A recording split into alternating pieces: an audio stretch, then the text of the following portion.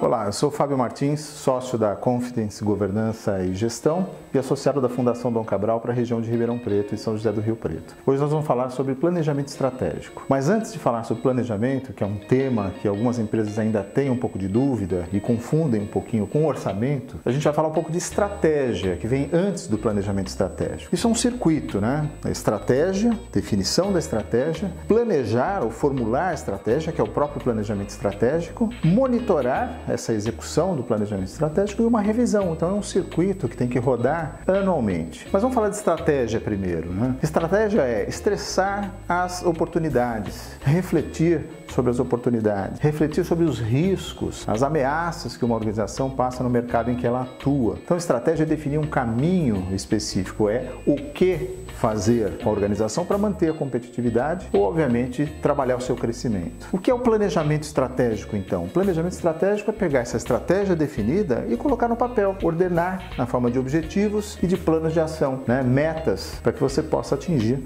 aquela estratégia que foi definida. O monitoramento desse planejamento estratégico, geralmente se monitora todos os projetos estratégicos que foram definidos para você atingir a estratégia que foi formulada, foi desenhada para a organização para os próximos 3 a 5 anos. E o painel de bordo com os indicadores de desempenho que são fundamentais para que você acompanhe o atingimento dessas metas estratégicas que foram definidas para esse médio prazo. Então, planejamento estratégico é muito mais do que só o orçamento anual. É olhar o projeto de vida da organização, no mínimo, para os próximos 3 a 5 anos. Outro item importante com relação ao planejamento estratégico, a definição da estratégia, é quem envolver, né? Então, normalmente, é constituído, é montado um comitê estratégico formado pela alta direção, pelos sócios, tomadores de decisão e pelos principais gestores. São responsáveis pelo processo de tomada de decisão e pela execução dessa estratégia, né? Então, muitas empresas deixam esse passo para trás e ainda continuam fazendo o seu planejamento estratégico entre 4 paredes, o que de fato às vezes é colocado na gaveta, porque você não coloca em prática, não coloca em execução o que é esse plano e o atingimento das metas. Então, isso é um pouco do que é o planejamento estratégico para vocês. Por que é importante um planejamento estratégico, né? Algumas empresas perguntam para nós, e se eu preciso fazer um planejamento estratégico? Sim, qualquer organização, de qualquer porte, qualquer tamanho, em qualquer setor de atuação precisa fazer um planejamento estratégico. Precisa discutir a sua estratégia, no mínimo, para os próximos 3 a 5 anos. Agora,